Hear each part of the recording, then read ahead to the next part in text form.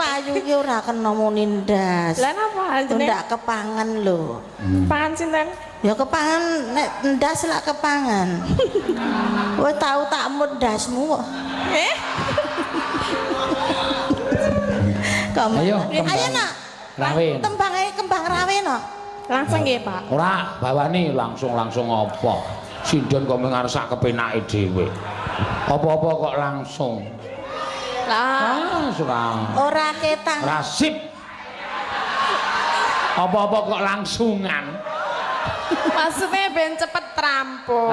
Ya ora kok ya nek cepet rampung gelo. Engko terus muni, ngapa ta iki? Ngono kuwi. Lah niki napa ta?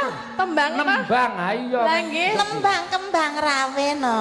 Nek iso dirasake. Lah isine. Kemanismu angu jiwa. Ngono.